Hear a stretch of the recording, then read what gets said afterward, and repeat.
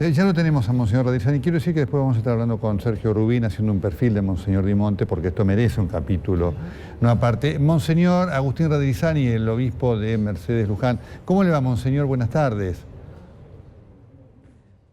Buenas tardes, querido Nelson.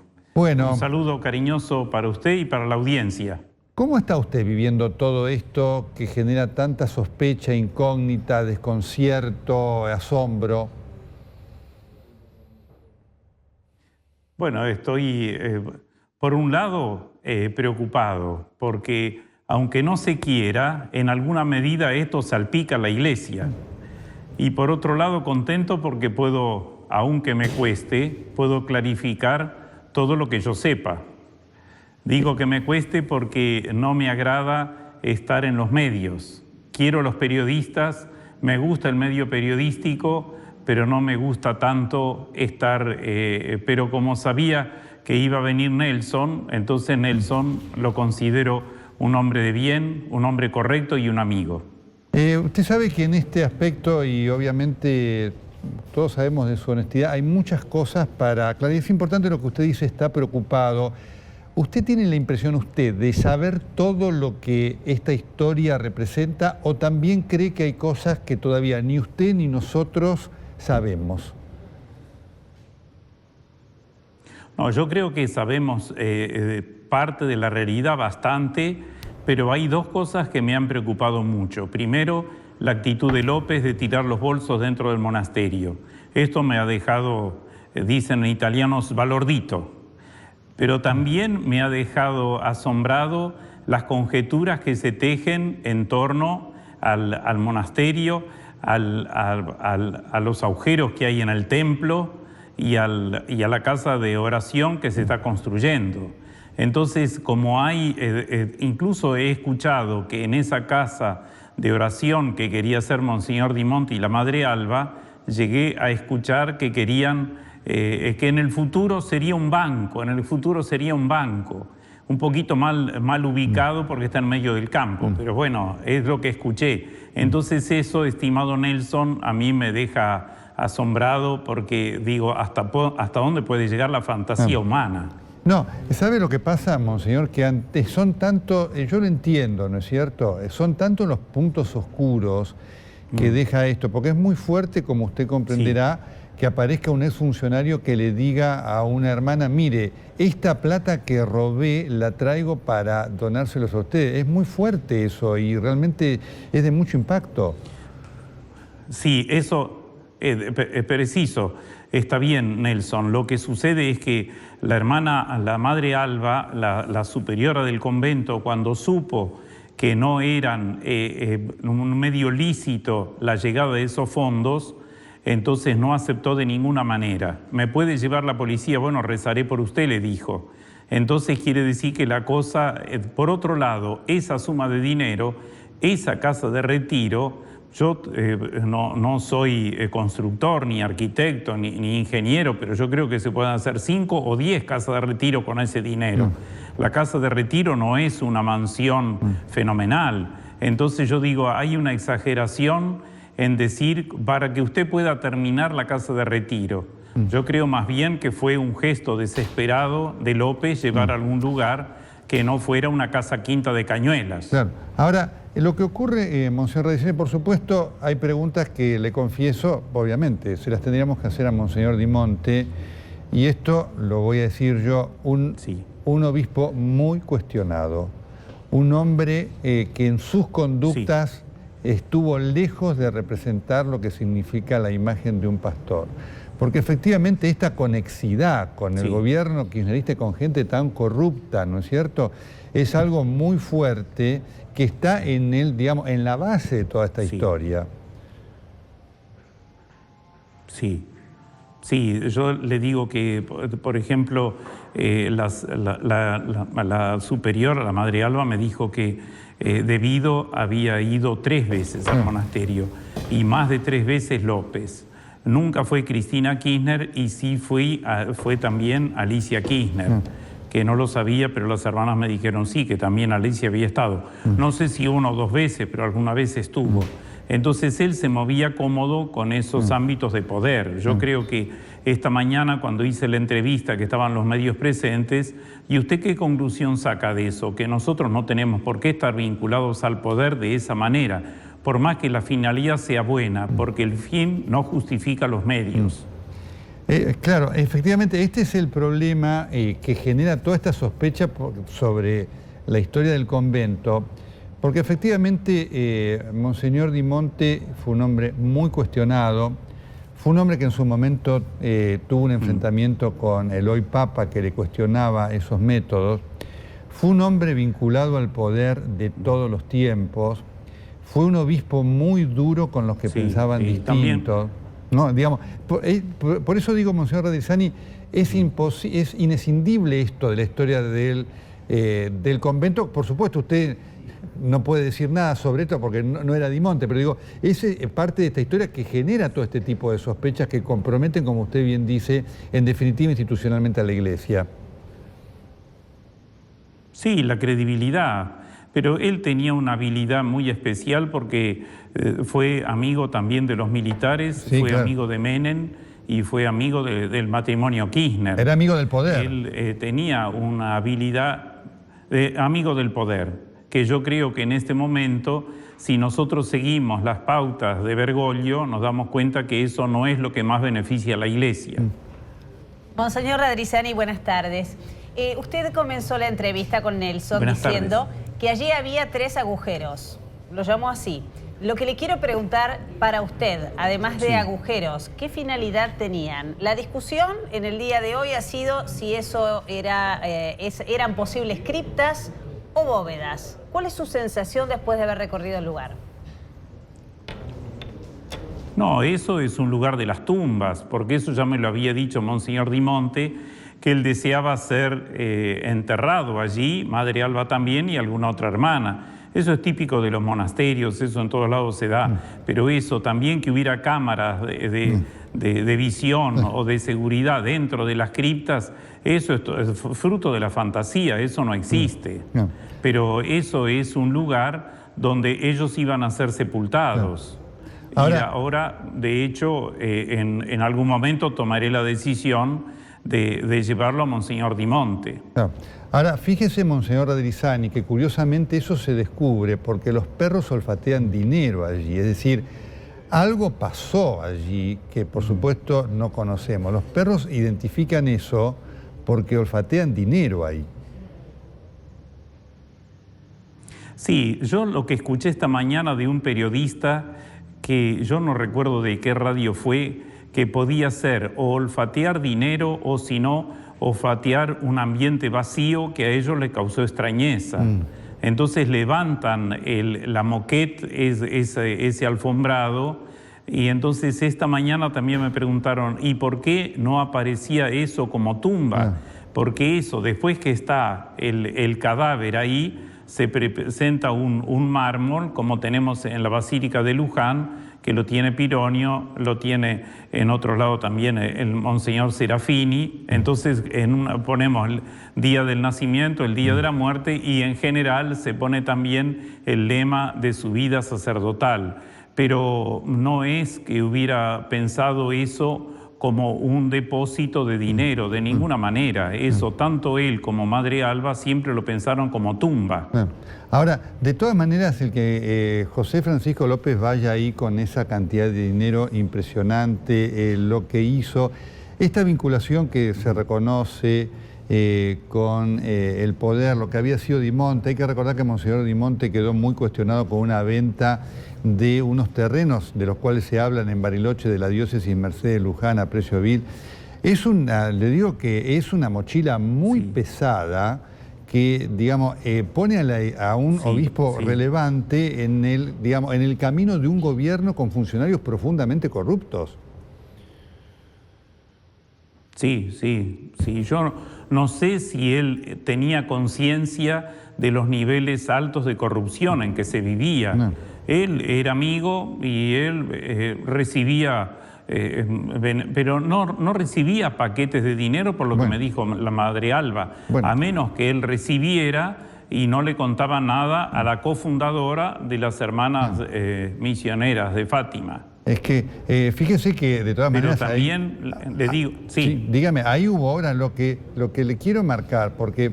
y esto sí que es un elemento que entiendo a la Iglesia le tiene que preocupar institucionalmente, Monseñor Radrizzani, y me consta que usted la tiene esa preocupación.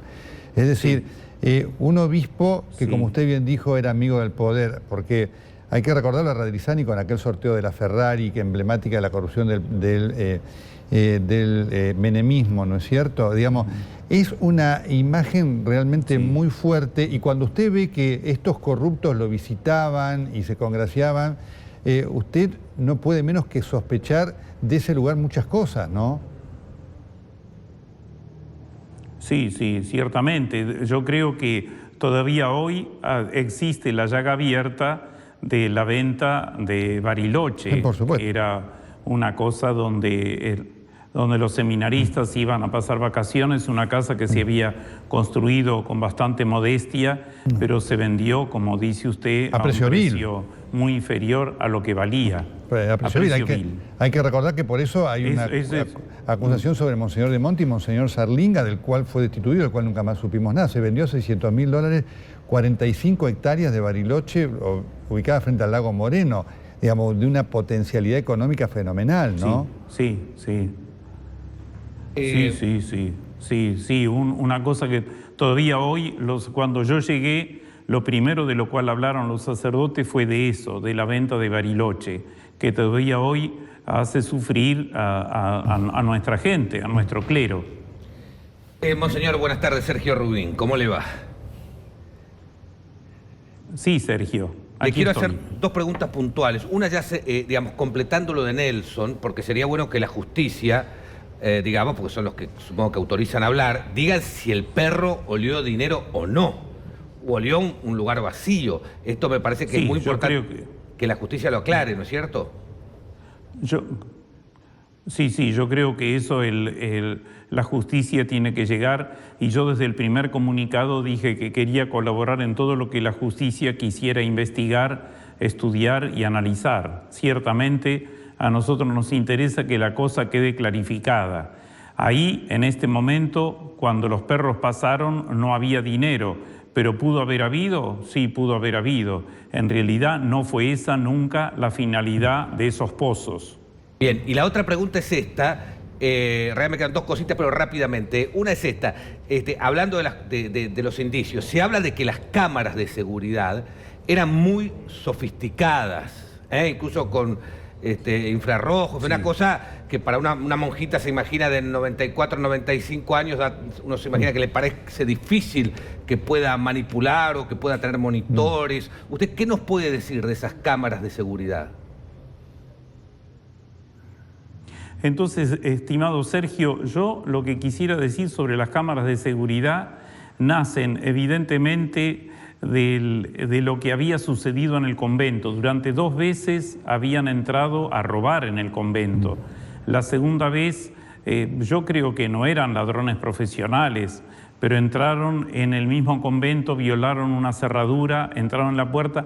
Cuando vieron a las religiosas adentro, se atemorizaron. El hecho de verse atemorizado a mí me permite deducir de que no eran profesionales, porque el profesional le da un golpe en la cabeza, la desmaya, le pega un tiro y se acabó el problema, ¿no? Entonces, al ver a las religiosas ahí adentro, que son ancianitas, se fueron corriendo.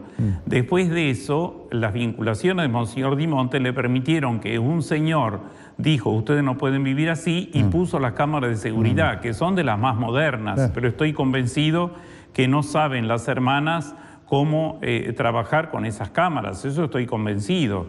Están las cámaras, debe haber 4 en los pasillos y una arriba del monasterio que pilotea todo el predio. Entonces eso es lo que... Pero esas fueron donadas por un señor que dijo que no podían seguir. Había una camarita, pero era muy primitiva. Entonces, como esa falló, pusieron unas cosas más de mejor calidad y más sofisticadas.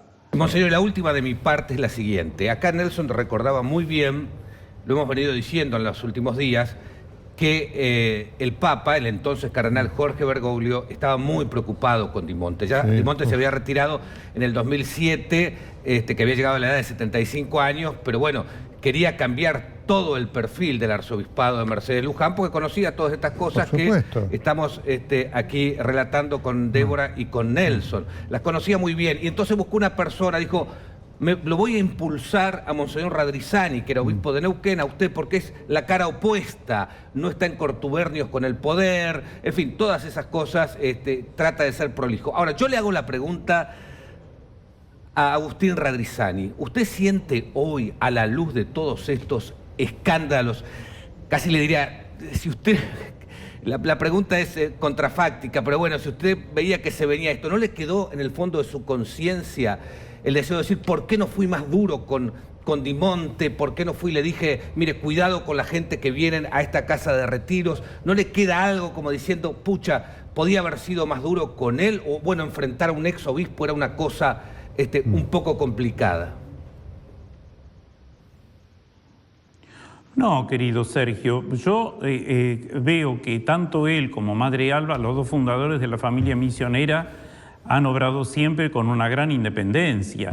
Entonces, no es que si yo sugería, por ejemplo, yo digo que algún periodista se preguntaba cómo podían hacer esa casa de retiro, esa casa de oración. Entonces yo sobre eso digo dos apreciaciones. La primera, si Di Monte hubiera recibido paladas de dinero, o de dólares o de euros, esa casa estaría terminada. Entonces no era una ayuda permanente, pero sí exigía la vinculación con el poder. Ahora, cuando él vino y me dijo: querido Agustín, yo pienso vender la casa que tenemos en Banfield, que le habían regalado una casa que tenía salida a las dos calles con pileta de natación, un palacete, una cosa muy hermosa. La pienso vender porque quiero hacer una casa de oración. Yo le digo: bueno, monseñor, usted sabrá lo que tiene que hacer, porque también es una asociación civil que tenía una cierta... Está bajo el paraguas de la iglesia, porque yo era el obispo, pero también como asociación civil tenía una cierta independencia. Entonces, para mí no era una cosa que yo podía decir esto sí, esto no. Entonces eso, se servían, no se olviden ustedes que hay decenas, por no decir centenares, de laicos que están en la familia misionera.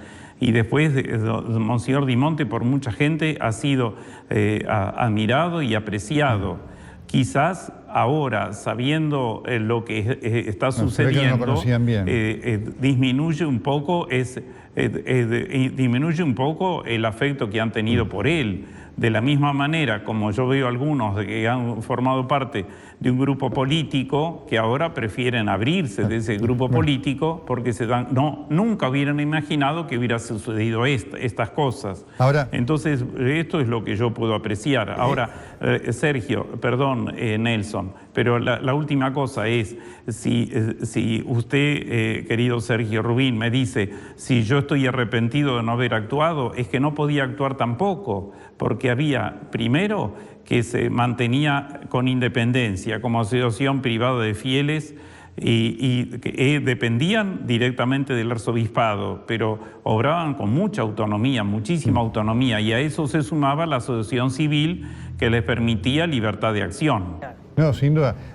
Yo ahí tengo una discrepancia. Yo creo que Monseñor Di Monte se sabía muy bien lo que era un hombre del poder, porque además, para recordar, porque este es nuestro trabajo, y obviamente lo marco, en la época de Di Monte hay toda una sospecha de sobreprecios de lo que se pagó por las obras de Luján, porque hay que recordar que, por supuesto, fue uno de los primeros decretos que firmó Néstor Kirchner para la reconstrucción de la Basílica de Luján, que es un monumento nacional. Y allí, en esa época, en la época de Di Monte, hay sospechas de sobreprecio, es decir, un conjunto de conductas que ya las venía llevando desde hacía tiempo. Por eso está claro cuando usted, y era pertinente la pregunta de Sergio, cuando usted dice, bueno, yo podía hasta acá. Era un hombre que, fíjese usted, se movía con el poder, con una, digamos, con una facilidad enorme, y todo lo que hacía era sospechoso. Sí, tiene razón, Nelson. Al mismo tiempo le digo que nunca he querido, nosotros hemos pedido la refacción o el arreglo de la Catedral de Mercedes, que dice la guía de YPF, si no es la más bonita, una de las más hermosas de Argentina, pero nosotros no queremos tocar un centavo. Entonces yo creo que en Luján iba directamente de la compañía constructora, recibía el dinero de obras públicas y los arquitectos, los ingenieros, todos recibían directamente. No pasaba por manos de Monseñor Dimonte, lo cual no significa que él no estuviera al tanto de sobreprecios. Claro. Nosotros ahora, si el gobierno llega a aceptar la refacción de la Catedral de Mercedes, yo quiero en las mismas condiciones, que no pase por mis manos, porque ya tengo experiencia en Neuquén, que cuando llegaban ayudas para los barrios más humildes, pasaban por el obispado, y después llegó un momento en que el gobierno de ese momento no llegaba más esas ayudas, y entre la gente humilde se creyeron que el obispado se tragaba el dinero. Entonces, no permito que yo sea el puente entre una realidad y la otra. Claro. Yo creo que eso va directamente del gobierno a la entidad que es contratada, que yo creo que tiene que ver los pliegos y las licitaciones correspondientes. Desde luego, pero en el caso de este espacio de oración al que usted hace referencia aquí en el convento en General Rodríguez, suponemos que pese a tener autonomía deberían tener registro de los ingresos, de quién ha donado el dinero para las reformas que se hicieron, porque estos espacios, agujeros como lo llamó usted, o futuras criptas, no se realizaron hace demasiado tiempo. ¿Eso figura en algún lado? ¿Usted tiene conocimiento? No, el monasterio puede datar del año 94, pero la cripta y la actual casa de retiro, yo creo que tiene poca diferencia entre una y otra. Ahora, si hay registro de las inversiones, eso puedo preguntar a la Asociación Civil cómo han invertido y de dónde han recibido. Yo creo que ha habido mucha gente, el Monseñor Dimonte era muy amigo de gente pudiente en Buenos Aires, tenía esa capacidad de gente de poder, de gente de gobierno y de gente adinerada. Entonces ha recibido muchas donaciones, eso me lo dijo Madre Alba. Claro. Ahora, si Madre Alba quizás no ha recibido tampoco la noticia, si el gobierno le ha dado a Dimonte, porque Dimonte no sé si todo se lo comunicaba a la cofundadora. Claro, ahora Madre Alba debe estar al tanto de quién es este señor que usted menciona, que hizo la donación para las cámaras infrarrojas, el cerco de seguridad, que evidentemente cuestan mucho dinero. Esto ocurrió luego del fallecimiento de Dimonte. ¿Se sabe quién es este señor? No, yo creo que eso es todo en el tiempo en que él enfermó de mayor gravedad, pero el cerco perimetral, son dos casos distintos. Un caso es el cerco perimetral y otra cosa son las cámaras de seguridad. Me parece que son donaciones distintas. No excluyo que el gobierno le haya hecho, o Obras Públicas le haya hecho el cerco perimetral. No lo excluyo, pero tampoco lo aseguro, porque yo les estaría mintiendo. Monseñor Radrizzani, finalmente, ¿por qué cree que tanto corrupto acudía a verlo a Dimonte?